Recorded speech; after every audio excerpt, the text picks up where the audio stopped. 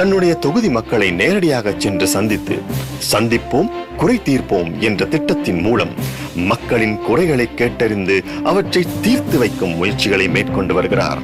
திருவெரும்பூர் நகராட்சி 30, 31, 36வது வார்டுகளிலும் கிருஷ்ணசமுத்திரம் ஊராட்சியிலும் ரேஷன் கடைகளில் அரிசி, பாமாயில், உளுந்து, சர்க்கரை மற்ற இதர பொருட்கள் 2 மாதமாக வழங்கப்படவில்லை என்று அப்பகுதி பெண்களிடமிருந்து புகார் வந்திருந்தது.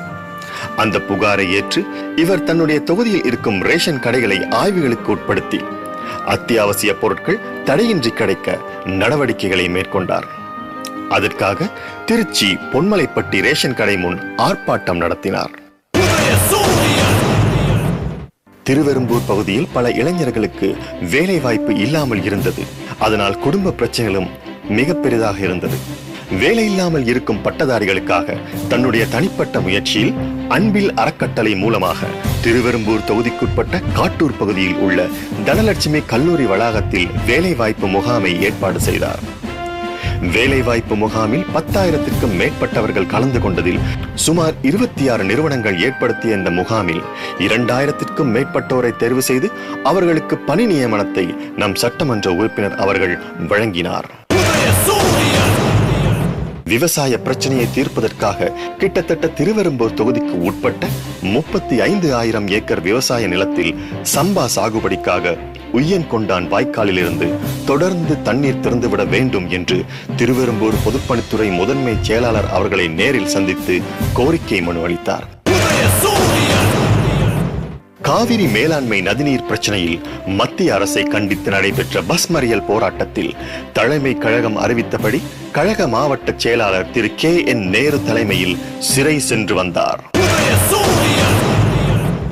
சட்டப்பேரவையில் தொழிலாளர்கள் நலன், கைத்தறி மற்றும் துணிநூல் துறை மானிய கோரிக்கைகளின் மீதான விவாதத்தில் திருச்சி சிப்காட்டில் உள்ள பல நிறுவனங்களுக்கு பாரத மிகுமின் நிறுவனத்தை சார்ந்தே இயங்கி வருகின்றன. கடந்த திமுக ஆட்சியில் அந்த நிறுவனத்திற்கு பல்வேறு ஒப்பந்த பணிகள் வழங்கப்பட்டன. கடந்த 5 ஆண்டுகளாக இந்த நிறுவனத்திற்கு போதிய பணிகள் இல்லை எனவும் 15,000 தொழிலாளர்கள் கொண்ட அந்த நிறுவனத்தில் தற்போது வெறும் 9,000 தொழிலாளர்கள் மட்டுமே பணிபுரிகின்றனர்.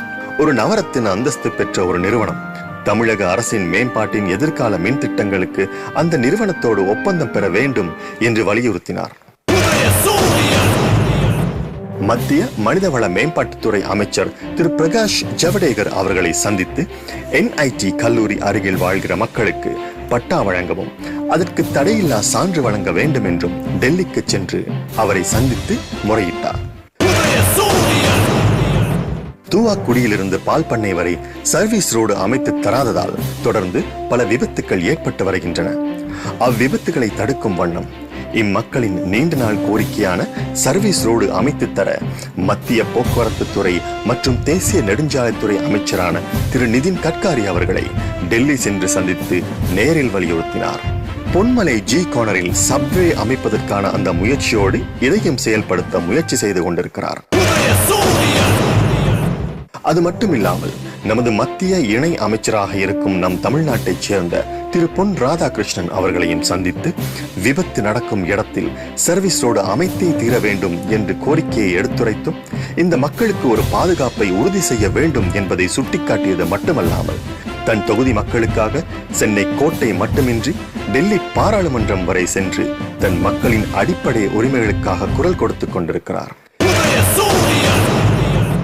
திருவெரும்பூர் அடுத்து பத்தாளப்பேட்டை ஊராட்சிக்கு உட்பட்ட கீழா மாங்காவனம் கிராமத்தில் தொடர் மின்வெட்டு இருந்து வந்தது. அதன் அடிப்படையில் சம்பந்தப்பட்ட மின்சார வாரிய அதிகாரிகளை தொடர்பு கொண்டு பொதுமக்கள் அடையும் துன்பத்தை போக்கும் வகையில் புதிய டிரான்ஸ்பார்மரை அமைத்துக் கொடுத்தார்.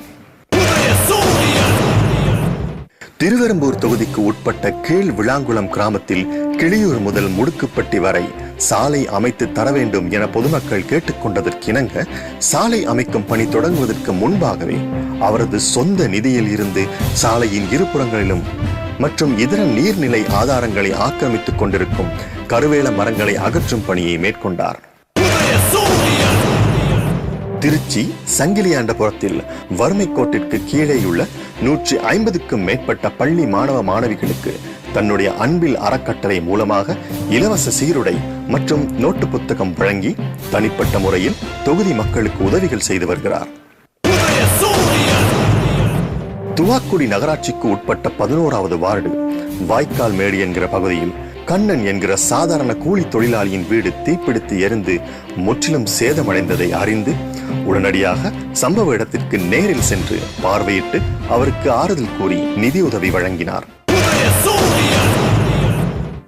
தொகுதி மக்களின் பிரச்சனைகளை ஆராய்ந்து மக்களோடு மக்களாக இணைந்து மக்களுக்கு ஏற்படும் பிரச்சனைகளை தன்னுடைய திறனில் தன்னுடைய எல்லைகளுக்குள் தீர்க்க முடியுமோ அதை தீர்க்க பாடுபடுவார். தனது தொகுதிக்குட்பட்ட கூத்தாப்பர் பேரூராட்சியில் மட்டுமின்றி தனது சொந்த கிராமமான அன்பில் கிராமத்தில் நடைபெற்ற ஜல்லிக்கட்டு விளையாட்டுகளில் கலந்து கொண்டு இளைஞர்களை ஊக்கப்படுத்தினார். திருச்சி துப்பாக்கி தொழிற்சாலை விவகாரம் தொடர்பாக திமுக உறுப்பினர் அன்பில் மகேஷ் பொய்யாமொழி கவன ஈர்ப்பு தீர்மானம் கொண்டு வந்தார்.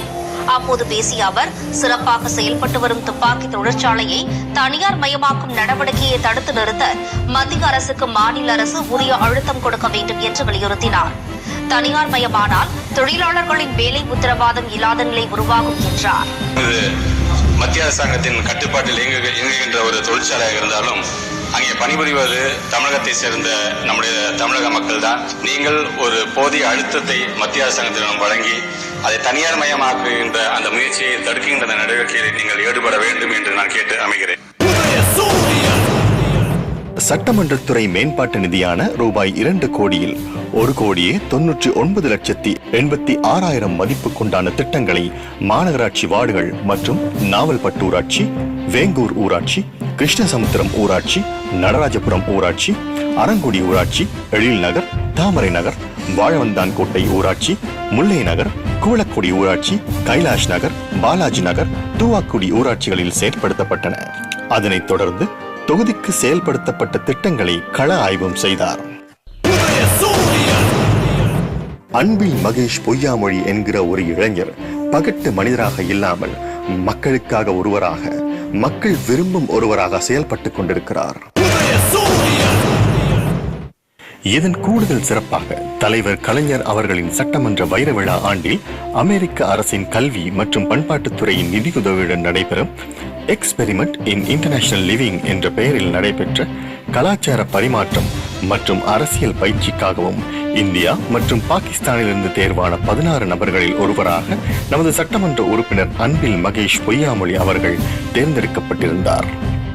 இந்நிகழ்வில் தமிழன், தமிழ், திராவிடம், திமுக இந்த இனத்துக்காகவும் தமிழ் மக்களுக்காகவும் மொழிக்காகவும் ஆற்றிய பங்களிப்பினை பற்றியும் நமது கலாச்சாரம், பண்பாடு, அரசியல் குறித்த கருத்துக்களை பகிர்ந்து கொள்ளும் பணியில் தன்னை ஈடுபடுத்திக் கொண்டார். இத்திட்டத்தின்படி 4 வார காலங்கள் நடைபெற்ற முகாமில் அமெரிக்க நாட்டின் கூட்டாட்சி முறை, அரசியல் தலைமை, இளைஞர்களின் வேலைவாய்ப்பு, சுற்றுச்சூழல் குறித்தும், அரசு சாரா தொண்டு நிறுவனங்கள், அரசு அலுவலகங்களில் செயல்பாடு குறித்தும் விளக்கும் கருத்தரங்கங்களில் பங்கு பெற்றினார்.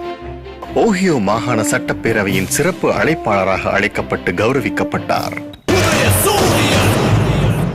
திமுகவின் தொண்டனாய், தளபதியின் வளர்ப்பாய், மக்களின் பிரதிநிதியாய், தமிழ்நாட்டைச் சேர்ந்த ஒரு தமிழனாய் தன் அரசியல் ஆசான் தளபதியாரின் எண்ணங்களை பிரதிபலிக்கும் விதமாக இத்தொகுதி மக்கள் என்ன எதிர்பார்க்கிறார்களோ அவர்களின் குறைகளை பூர்த்தி செய்வதும், கோரிக்கைகளை நிறைவேற்றுவதும் ஒரு சட்டமன்ற உறுப்பினராகவும் அந்த சாதனையை போராடி வாங்கி கொடுக்க அந்த மக்களோடு ஒருவராக கலந்து அவர்களுடைய பிரச்சனைகளுக்கு குரல் கொடுத்து வருகிறவர்தான் நம் அன்பில் மகேஷ் பொய்யாமொழி.